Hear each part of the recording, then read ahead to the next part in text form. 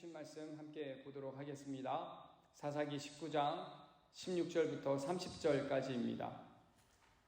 구약성경 395페이지, 396페이지에 있습니다. 사사기 19장 16절부터 30절까지입니다. 함께 합독하겠습니다. 저녁 때에 한 노인이 밭에서 일하다가 돌아오니 그 사람은 본래 에브라임 산지 사람으로서 기브아에 거류하는 자요 그곳 사람들은 베냐민 자손이더라.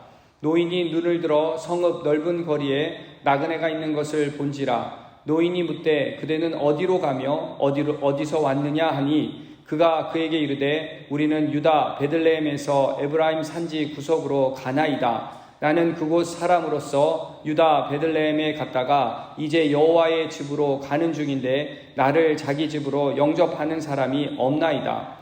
우리에게는 나귀들에게 먹일 집과 여물이 있고 나와 당신의 여종과 당신의 종인 우리들과 함께한 청년에게 먹을 양식과 포도주가 있어 무엇이든지 부족함이 없나이다 하는지라. 그 노인이 이르되 그대는 안심하라. 그대의 쓸 것은 모두 내가 담당할 것이니 거리에서는 유숙하지 말라 하고 그를 데리고 자기 집에 들어가서 나귀에게 먹이니 그들이 발을 씻고 먹고 마시니라. 그들이 마음을 즐겁게 할 때에 그 성읍의 불량배들이 그 집을 에워싸고 문을 두들기며 집주인 노인에게 말하여 이르되 내 집에 들어온 사람을 끌어내라. 우리가 그와 관계하리라 하니 집주인 그 사람이 그들에게로 나와서 이르되 아니라 내 형제들아 청하노니 이 같은 악행을 저지르지 말라. 이 사람이 내 집에 들어왔으니 이런 망령된 일을 행하지 말라. 보라 여기 내 처녀딸과 이 사람의 첩이 있은즉 내가 그들을 끌어내리니 너희가 그들을 욕보이든지 너희 눈에 좋은 대로 행하되 오직 이 사람에게는 이런 망령된 일을 행하지 말라 하나 무리가 듣지 아니하므로 그 사람이 자기 첩을 붙잡아 그들에게 밖으로 끌어내매 그들이 그 여자와 관계하였고 밤새도록 그 여자를 능욕하다가 새벽 미명에 놓은지라. 동틀 때에 여인이 자기의 주인이 있는 그 사람의 집 문에 이르러 엎드려져 밟기까지 거기 엎드려져 있더라. 그의 주인이 일찍이 일어나 집 문을 열고 떠나고자 하더니 그 여인이 집 문에 엎드려져 있고 그의 두 손이 문지방에 있는 것을 보고 그에게 이르되 일어나라. 우리가 떠나가자 하나 아무 대답이 없는지라. 이에 그의 시체를 나귀에 싣고 행하여 자기 곳에 돌아가서 그 집에 이르러서는 칼을 가지고 자기 첩에 시체를 거두어 그 마디를 찍어 12덩이에 나누고 그것을 이스라엘 사방에 두루 보내매 그것을 보는 자가 다 이르되 이스라엘 자손이 애굽 땅에서 올라온 날부터 오늘까지 이런 일은 일어나지도 아니하였고 보지도 못하였도다. 이 일을 생각하고 상의한 후에 말하자 하니라. 아멘. 네, 오늘 본문 말씀 읽어보시니까 오늘 이 새벽에 어떻게 말씀을 전해야 할까 일주일 동안 굉장히 고민을 했습니다. 매주 설교를 하는데 정해진 본문 말씀을 받고 이렇게 묵상을 하지 않습니까? 근데 묵상하는 가운데 어떻게 말씀을 전해야 할까? 그런데 하나님께서 주신 말씀이기 때문에 좋든 싫든 말씀을 선포해야 된다라고 생각을 합니다. 오늘 새벽에 조금 듣기가 힘드실 수도 있으실 텐데요.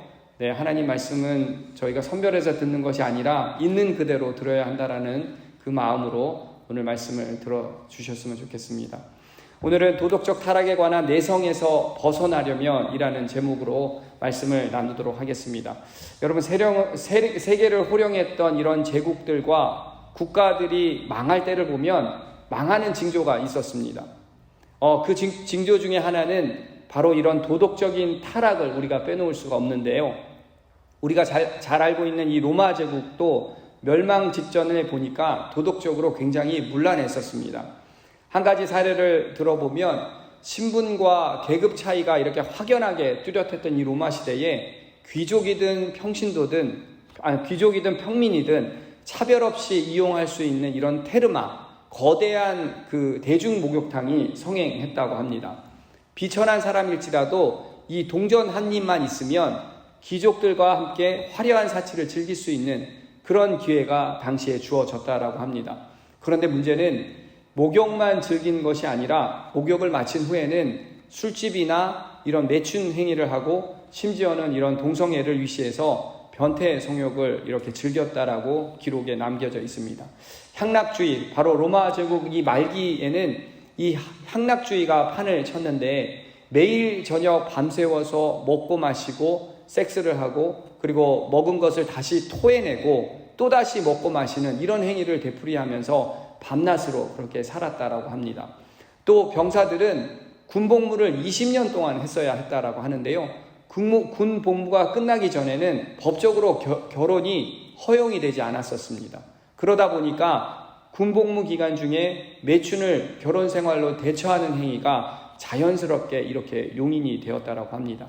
심지어는 당시 철학자 키케로나 카토라는 사람이 이런 매춘 행위는 남자들이 남의 아내를 탐하지 않게 하고 그리고 로마인들의 그 가정을 지키는데 필요하다라는 그런 주장을 펼치기도 했다고 합니다.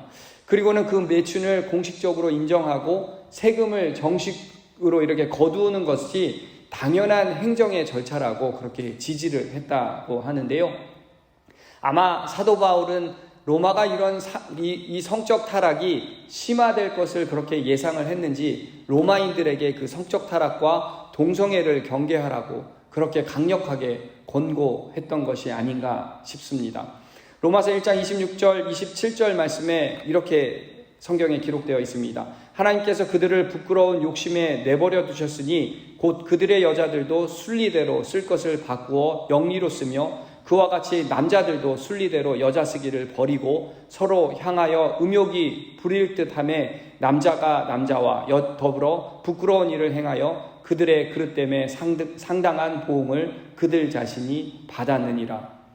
여러분, 이처럼 로마 제국 말기에는 쾌락주의 이런 것이 만연 때문에 로마가 멸망했다라고 보는 견해가 적지가 않다라는 것입니다. 그런데 이런 도덕적 타락과 이 성적인 타락이 유독 로마 제국에만 있었던 것은 아니었습니다.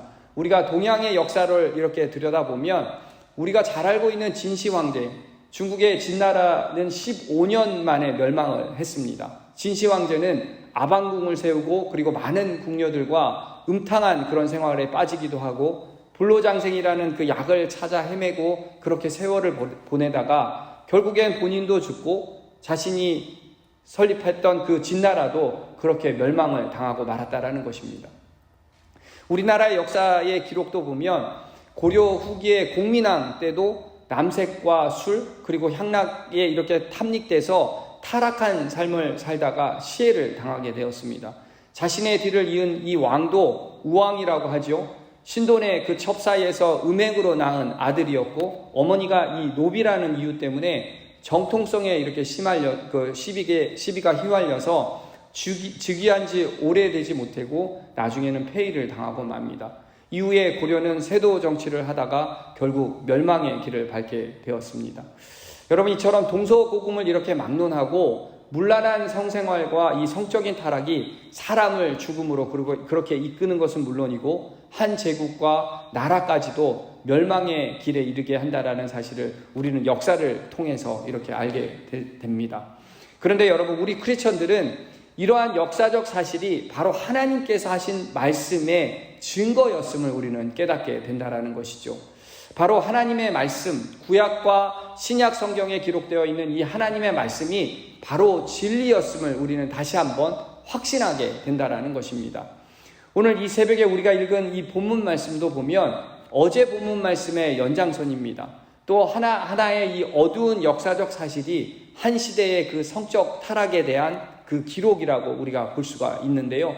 이런 도덕적 타락이 바닥까지 떨어져 있는 이 암흑시대에 백성들은 물론이고 거룩해야 할 그 제사장마저도 도덕적 타락에 이러한 내성이 생겨서 악행을 저지르는 그 죄인들의 모습이 오늘 본문 말씀에 나타나고 있습니다. 차마 입에 올리기 힘든 내용이지만 이 시대를 살고 있는 우리들에게도 경종을 울리는 그 말씀이라고 생각하시고 다시 한번 나 자신을 점검하는 시간이 되었으면 좋겠습니다. 그렇다면 도덕적 타락에 관한 이 내성에 벗어나려면 우리들은 어떻게 해야 할까? 바로 세상 풍토에 물들지 말아야 합니다. 먼저 16절부터 21절까지의 말씀을 제가 한번 정리해서 말씀을 드리겠습니다. 베냐민 지역에서 하루 종일 일을 하다가 집으로 돌아오는 한 노인이 성읍에 있는 그 레위 사람을 보고는 어디를 가며 어디서 왔냐라고 그렇게 물어보고 있습니다. 레위 사람은 대답을 합니다. 유다 베들레헴에서 에브라임 산지 구속으로 가는 중이고 자신들은 그곳 사람으로 유다 베들레헴에 갔다가 이제 여호와의 집으로 가는 중이라고 그렇게 대답을 하죠. 그리고는 자신을 영접하는 사람이 이 베냐민 지역에는 없음을 말하고 있습니다. 이 말을 들은 노인은 자신에게 양식이 충분하다고 말하고는 자신의 일행을 영접하겠다라고 그렇게 호의를 베풉니다. 그런데 여러분, 이 대목에서 저희들이 짚어야 하는 그러한 부분이 있습니다. 먼저 레위 사람을 한번 생각을 해보시면 이 레위 사람은 처음 길을 떠날 때 이방 성읍인 여부스에서 환영을 받지 못할 것을 본인 스스로 그렇게 예상을 했습니다. 그리고는 그곳을 패스하고 같은 민족이 있는 베냐민 땅인 기브아에 온 것입니다. 그런데 그와 예상과는 다르게 베냐민 땅에서 환대를 받지 못하고 거절을 당하고 있는 것이죠. 그의 말과 태도를 이렇게 보면 정중한 사람의 말투와 태도가 아니라 투덜대고 불만 섞인 말투와 태도로 느껴집니다. 내가 그래도 제사장 신분으로 성막의 일을 하는 사람인데 너희들이 어떻게 나를 홀대하고 대접하지 않는 것이냐, 이런 뉘앙스로 말을 하고 있다는 것이죠. 주와 객이 바뀐 느낌입니다. 여러분, 상식적으로 생각을 해보면 객은 난처한 상황이 자기가 이렇게 처하면 도움을 요청할 때에 겸손하게 그리고 자신의 처지를 잘 설명하는 것이 기본적인 상식입니다. 하지만 이 레위 사람은 오히려 자신이 갑인 양 오만하게 자신을 영접하는 사람이 없다라고 그렇게 말을 하고 있습니다. 게다가 자신이 왜 왔다가 가는지, 무슨 목적으로 왔는지에 대한 설명을 그렇게 하고 있지 않다라는 것이죠. 그저 자신의 입장에서 자신의 상황만을 이렇게 말하고 있다라는 것입니다. 마치 특권의식에 빠져서 자신의 그 신분만을 강조하고 외식적인 그 신앙인의 모습만을 드러내고 있다라는 것이죠. 더 어이가 없는 것은 성막의 일을 하는 자신의 신분을 밝혔다라는 것입니다. 이 말은 즉시 다른 사람들보다 더 겸손해야 하고 더 엄격한 잣대로 자기를 평가해야 하면서 거룩한 삶을 살아가야 하는데, 그런데 웬 첩이라는 말입니까? 첩을 데리고 왔다라는 것이죠. 그리고 그 첩을 데려온 이유도 보면 첩이 다른 사람과 음행하고 친정으로 도망쳐서 다시 데리러 온 것이 아닙니까? 남자나 여자나 지금 시대에 우리가 빗대어서 이렇게 말을 해보면 한마디로 콩가루 집안입니다. 타락한 생활이 이렇게 당연시되고 타락에 관한 이 내성이 생겨서 무엇이 옳고 그른지, 그리고 하나님 앞에 무엇이 죄인지를 분간조차 하지 못하는 그런 지경에 이르고 말았다라는 것입니다. 또 베냐민 지파에 속한 기브아 사람들은 어떻습니까? 같은 이스라엘 사람들이 객으로 나그네임을 알았다면 그들을 무시하지 말았어야 하죠. 사실 하나님 말씀을 잘 알고 있는 이스라엘 사람들이었다면 손님 대접을 단순한 이런 관습이 아니라 그 이상으로 이렇게 행해야 했었습니다. 그들에게 있어서 손님 대접은 창세기 18장에 나오는 아브라함이 천사들을 극진히 대접했던 것처럼 하나님에 대한 그러한 신실함을 표현해야 했었습니다. 이는 또 출애굽기나 레위기, 우리가 신명기 말씀에 나오는 나그네를 극진히 대접해야 하는 말씀으로 우리가 확대해서 이렇게 들여다보면, 만약 나그네에게 필요한 것을 공급하지 않으면 중대 범죄로 간주가 되었습니다. 이스라엘 사람들에게 있어서 그래서 나그네의 대접은 굉장히 중요했다라는 것이죠. 이처럼 사사시대는 하나같이 그들의 행위가 타락해 있었음은 물론이고 내면까지 썩어서 타락에 대한 내성이 생긴 것을 인지하지 못하고 살고 있었다라는 것입니다. 그런데 그들의 타락은 여기에서 끝난 것이 아니라 레위 사람의 그 첩이 죽음을 통해서 그들의 타락의 극치가 드러나고 있다라는 것을 우리는 다음 말씀을 통해서 알게 되는데요. 22절 말씀 한번 같이 보도록 하겠습니다. 그들이 마음을 즐겁게 할 때에 그 성읍의 불량배들이 그 집을 에워싸고 문을 두들기며 집주인 노인에게 말하여 이르되 내 집에 들어온 사람을 끌어내라. 우리가 그와 관계하리라 하니 밤이 되자 노인의 집에 기브아의 불량배들이 들이닥쳤습니다. 불량배들은 낯선 사람들이 노인의 집에 왔음을 알게 되었고 그리고 힘이 없는 노인이 그들을 보호할 수 없음도 알고 있었습니다. 그런데 그들이 와서 여자를 내놓으라고 하는 것이 아니라 남자인 레위 사람을 끌어내라고 그렇게 말하고 있습니다. 그와 관계를 하겠다라는 것이죠. 집단으로 동성강간을 하겠다라고 그렇게 대놓고 그렇게 말을 하고 있다라는 것입니다. 여러분, 창세기의 소돔에서 가장 흉악한 범죄가 무엇이었습니까? 바로 동성 집단 강간이었습니다. 그런 타락한 행위가 지금 이스라엘 성읍인 기브아에서도 일어나고 있다는 것입니다. 그것도 아주 대놓고 그렇게 요구를 하고 있다는 것이죠. 얼마나 타락했으면 대놓고 동성애 이 관계를 하겠다라고 이렇게 말을 할 수 있겠습니까? 당시 타락한 시대상을 아주 적나라하게 그렇게 보여주고 있다는 것이죠. 그런 불량배들을 대항해 노인은 자신의 손님인 이 레위 사람과 일행을 보호하려고 나름 노력을 하는데요. 그런데 이 노인에게도 문제가 있어 보입니다. 23절과 24절 말씀을 함께 보겠습니다. 집주인이 그 사람이 그들에게 나와서 이르되 아니라 내 형제들아 청하노니 이 같은 악행을 저지르지 말라. 이 사람이 내 집에 들어왔으니 이런 망령된 일을 행하지 말라. 보라, 여기 내 처녀딸과 이 사람의 첩이 있은즉 내가 그들을 끌어내리니 너희가 그들을 욕보이든지 너희 눈에 좋을 대로 행하되 오직 이 사람에게는 이런 망령된 일을 행하지 말라 하나. 노인은 그 불량배들에게 너희들이 이스라엘 형제들이기 때문에 이런 악한 행위를 저지르면 안 된다라고 그렇게 타이르면서도 손님으로 온 이들에게 최대한 의무와 책임을 다해야 한다라고 나름 그렇게 설득을 하고 있습니다. 그런데 이렇게 설득하는 모습 속에는 해결하는 방법이 잘못되었다라는 것이죠. 남자 레인을 보호하기 위해서 자신의 처녀딸과 레인의 첩을 그들에게 내주겠다라고 그렇게 말을 하고 있습니다. 너희들에게 내줄 테니 알아서 음행을 하든지 원하는 대로 해라. 이렇게 말하고 있습니다. 여러분, 만약 노인이 자신의 행위가 잘못된 것이라고 그렇게 인식하고 있다라면 결코 자신의 딸과 그의 첩을 내준다라고 그렇게 말을 할 수가 없었겠지요. 여성에 대한 생각도 그리고 음행에 관한 죄에 대해서도 그는 무지했다라는 것입니다.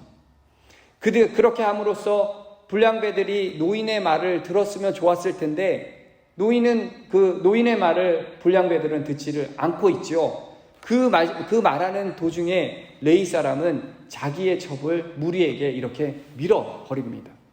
25절과 26절 말씀에 무리가 듣지 아니하므로 그 사람이 자기 첩을 붙잡아 그들에게 밖으로 끌어내매 그들이 그 여자와 관계하여 밤새도록 그 여자를 능욕하다가 새벽 미명에 놓은지라. 동틀 때의 여인이 자기의 주인이 있는 그 사람의 집 문에 이르러 엎드려져 밝기까지 거기에 엎드려져 있더라.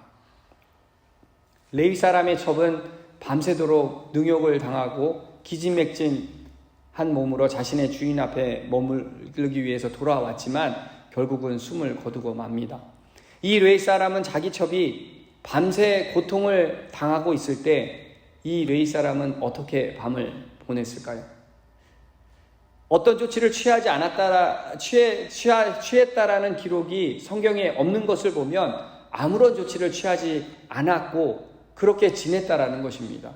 그런데 이 사람이 편안하게 그렇게 잠을 자고 아침 일찍 일어났다라는 것입니다. 죄의식 없이 자신만 살면 그만이야. 이러한 이기적인 생각에 노인의 집에서 편안하게 잠만 자고 일어나서는 그녀를 새벽 아침에 이렇게 만나서는 괜찮은지 몸이 어떤지 이러한 것을 물어보기는커녕 그냥 일어나서 가자라고 그렇게 말을 하고 있습니다. 27절부터 30절 말씀 그 이야기를 한번 들어보도록 하겠습니다. 그의 주인이 일찍이 일어나 집문을 열고 떠나고자 하더니 그 여인이 집문에 엎드려져 있고 그의 두 손이 문지방에 있는 것을 보고 그에게 이르되 일어나라 우리가 떠나가자 하나 아무 대답이 없는지라. 이에 그의 시체를 나귀에 싣고 행하여 자기 곳에 돌아가서 그 집에 이르러서는 칼을 가지고 자기 첩에 시체를 거두어 그 마디를 찍어 12덩이에 나누고 그것을 이스라엘 사방에 두루 보내매 그것을 보는 자가 다 이르되 이스라엘 자손이 애굽 땅에서 올라온 날부터 오늘까지 이런 일은 일어나지 아니하였고 보지도 못하였더라. 이 일을 생각하고 상의한 후에 말하자 하니라. 레위 사람은 자신의 그 첩이 죽은 것을 확인하고는 어떤 항변도 하지 못하고 첩에 그 시체를 나귀에 싣고 집으로 돌아옵니다. 그리고는 그 시체를 12도막을 내어서 이스라엘 각 지파에 보내는 그러한 엽기적인 행동을 하죠. 자신에게 일어나는 사건을 이스라엘 전체의 문제로 확대를 시키고 있습니다. 오히려 자신의 행동에 대한 반성이나 최소한 첩에 대한 애도보다 자신의 복수가 더 중요했다라는 것이죠. 결국 그 사건이 이스라엘의 내전을 불러오는데요. 11개 지파 연합군 40만 명이 베냐민 지파 26,700명을 대적해서 싸우는 일이 일어납니다. 전쟁의 결과는 베냐민 자손 장정 600명만을 남기고 모든 사람이 다 죽는, 한 지파가 멸망당하는 그러한 대참사가 일어나게 됩니다. 사사기 21장 6절 말씀에 보면 이스라엘 자손이 그들의 형제 베냐민을 위하여 뉘우쳐 이르되 오늘 이스라엘 중에 한 지파가 끊어졌도다. 전쟁으로 인해서 한 지파가 완전히 멸망을 당하게 됩니다. 성도 여러분, 오늘 말씀은 정말 경악을 금치 못할 사건들이 기록되어 있습니다. 음행과 불륜, 그리고 강간, 동성애, 인간이 해서는 안 되는 일들이 서슴없이 자행되었다라는 것이죠. 그렇다면 이 모든 사건의 원인이 여러분 어디에서 시작된 것일까요? 이 사사시대의 이스라엘은 하나님을 멀리하고 그리고 하나님을 떠나면서 타락의 길을 걷기 시작했다라는 것입니다. 그리고 하나님을 왕으로 인정하지 않고 자기가 원하는 대로 그러한 삶을 살면서 폭력이 난무하고 그렇게 잔인하고 도덕적인 그러한 타락한 사회로 그들 스스로 그렇게 전락시키고 말았다라는 것이죠. 그런데 여러분, 오늘날 우리가 살아가는 이 사회가 지금 이렇게 말씀으로 통해서 알고 있는 사사기 시대와 별반 다르지 않다라는 것을 우리가 느끼게 됩니다. 지금 이 세상을 보면 음행과 불륜으로 인해서 가정이 파탄되고 성을 돈으로 사고 그리고 온갖 음란물이 홍수처럼 밀려오고 동성 결혼이 합법화되고 그리고 동성애를 미화하는 그러한 드라마와 그러한 언론의 그 선전이 날이 갈수록 심화되고 있다는 사실이죠. 이런 행위들이 과거 제국이나 나라들이 멸망 전에 일어났던 그 징후와 별반 차이가 없는 시대가 바로 우리가 살고 있는 이 시대라는 것입니다. 그리고 성경의 소돔과 고모라 성읍처럼 그리고 기브와 성읍과 같이 이렇게 잘못된 것처럼 지금 우리가 살고 있는 이 사회가 그것을 답습하고 있다라는 것이 사실 우리 마음 가운데 두려움이 이렇게 찾아온다라는 것이죠. 그런데 여러분, 하나님은 이러한 음란한 세상을 정화시킬 책임을 바로 우리들에게 그리고 우리 교회에게 맡기셨다라는 사실입니다. 이러한 중대한 책임에도 불구하고 만약 우리가 기브아 사람들처럼 그리고 세상과 다르지 않는 모습으로 세상에 아무런 영향을 끼치지 못한 채 오히려 세상을 닮아가는 삶을 살아간다면 우리가 어떻게 되겠습니까? 우리도 역시 믿지 않는 사람들처럼 도덕적 타락에 대한 내성이 생겨서 세상 풍토에 그렇게 물들어 살아갈 수밖에 없다라는 것이죠. 그렇게 성도 여러분, 먼저 우리가 살고 있는 이 사회에 대한 하나님의 그 심판이 곧 다가온다라는 것을 우리는 깨달아야 된다라는 것입니다. 그리고 하나님 앞에 회개하며 주님 앞에 나아가야 된다라는 것이죠. 성윤리가 회복될 수 있도록 그리고 이 사회가 건전하고 그리고 아름다운 사회가 될 수 있도록 우리가 함께 기도하며 하나님 앞에 부르짖어야 된다라는 사실입니다. 그리고 우리의 능력이 아니라 바로 예수 그리스도의 능력이 있어야 함을 우리가 반드시 간구해야 한다라는 사실이죠. 오직 예수님의 그 십자가만이 우리의 죄를 사할 것이고 우리를 치유해 주실 것이고 우리를 사망 권세에 구원해 주심을 우리가 믿음으로 믿고 나아가야 한다라는 것입니다. 날마다 예수님이 달려 죽으셨던 그 십자가 앞에 우리가 나아가야 하는 것이고 이 타락한 세상 풍토에 우리가 물들어 살지 않기 위해서 그리고 세상을 정화하기 위해서 노력하며 살아가야 할 줄 믿습니다. 여러분, 그러한 마음으로 주님께 부르짖으며 세상을 위해서 우리가 기도하며 나아가는 저와 여러분 되시길 주의 이름으로 축원드립니다. 아멘. 함께 기도하겠습니다. 하나님 감사합니다. 우리가 살면서 이 역사적인 사실을 통해 이것이 바로 하나님의 말씀의 증거임을 다시 한번 깨닫게 해주셔서 감사합니다. 이 교훈을 다시 한번 기억하게 하시고 진리된 그 하나님 말씀을 붙들고 타락한 세상 풍토에 물들지 않고 능히 세상을 정화시키며 살아가는 저희들 되게 하여 주시옵소서. 우리들의 능력이 아닌 바로 오직 예수 그리스도의 십자가의 능력을 구합니다. 그 십자가의 능력으로 이 사회의 성윤리를 회복하게 하시고 이 사회가 더욱더 건전하고 아름다운 세상이 되게 하여 주시옵소서. 오늘도 경건하게 그리고 정직한 영으로 살아가게 하실 줄 믿사오며 이 모든 말씀 우리를 구원하신 예수님의 이름으로 간절히 기도하옵나이다. 아멘.